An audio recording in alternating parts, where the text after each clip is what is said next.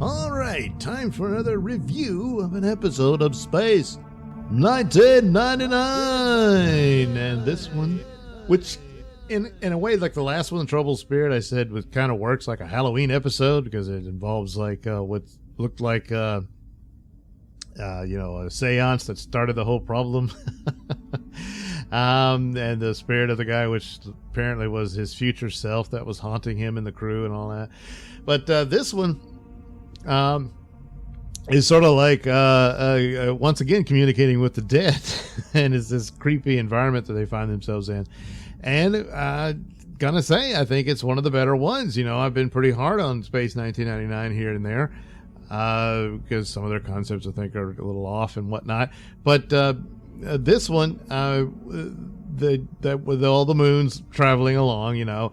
And it comes to a halt, and I kind of thought, well, this is one of the inevitable outcomes that they would get caught in the gravitational well of one of the planets they come into. They finally had an episode where they mentioned they do have nuclear weapons to give them the blast and push if necessary. They needed to get back out of the gravitational pull. Don't know how many times they could do that, but at least that was something.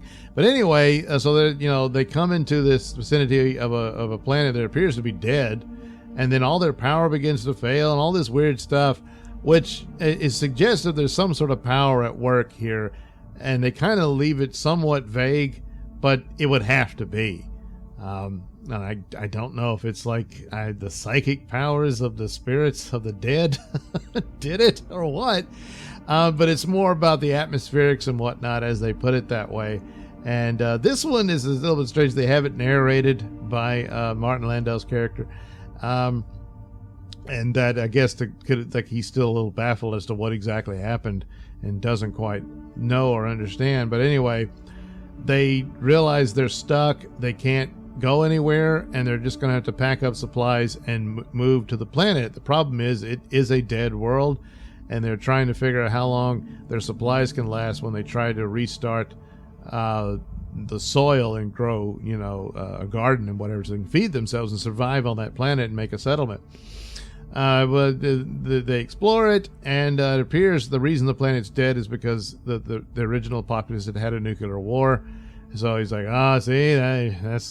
better watch out ourselves, And they look about and they find some ruins, and there's a cave where it looks like that's where the final survivors had holed up after the destruction. And they discover a shocking truth.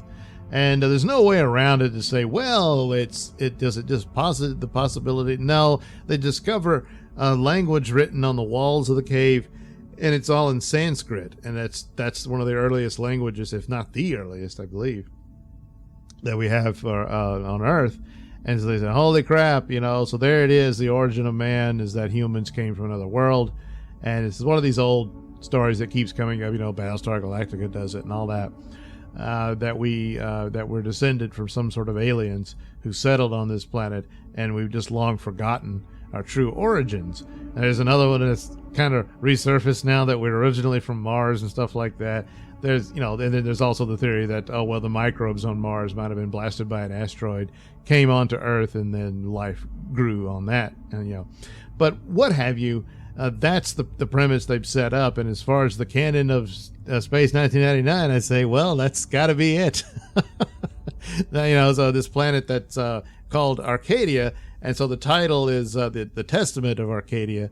And so there you go. They explained there's this woman who's trying to decipher it, and little by little she gets it, and you get the idea that yes, the planet was ravaged by nuclear war, and they made a space ark and they left, and not everybody got to leave, and there's their hope that they made it, and perhaps their distant grandchildren would return and know their story.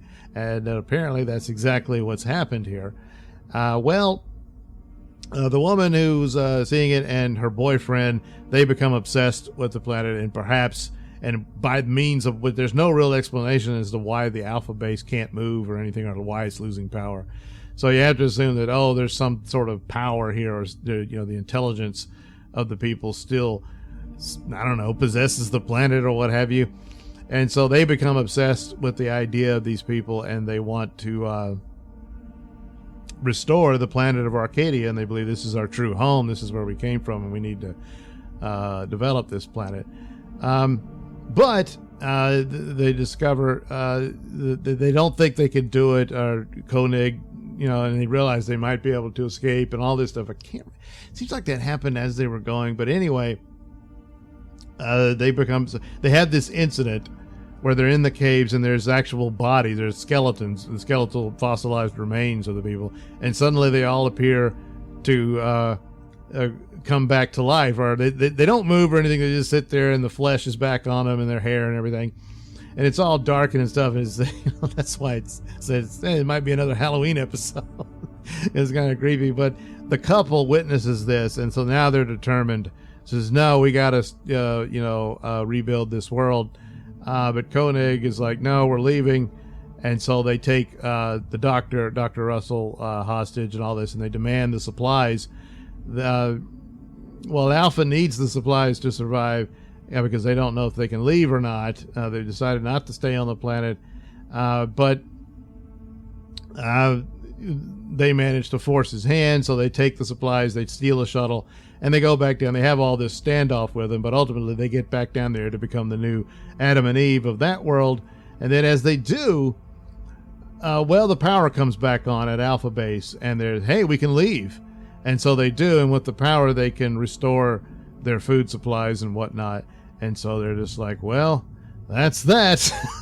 And so they can't bring the two crewmen back. And since they wanted to stay anyway, well, they made their choice. But so you have to conclude that yes, there was some sort of spirit or what have you that had some sort of power. They had somehow become some new intelligence or entity. I don't know. But once they had the two people to restore the planet, that's it. It's the kind of thing that could have been revisited had the show continued and whatnot. But like, hey, what became of them? What happened? What was that? And all of that. But so it leaves a lot undone and a lot completely defined. But you can draw your conclusions by it, by its moods and whatnot. But it is one of the better episodes of Space 1999. A lot about Space 1999, of course, the sets are good and stuff like that, and the models of the Eagles are good, and a lot of the footage they shot for it looks pretty damn good too.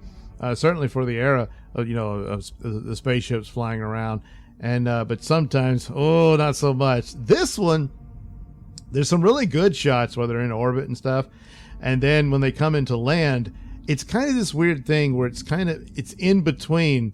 The photography abilities that they developed for like Star Wars and whatnot to get that realistic look for models to look like they really are these giant ships. And then you see others where it's just like, it's obviously a toy. Here, boy, it's almost there. So it's kind of in between those two and some of the scenes where it lands on the planet and all that.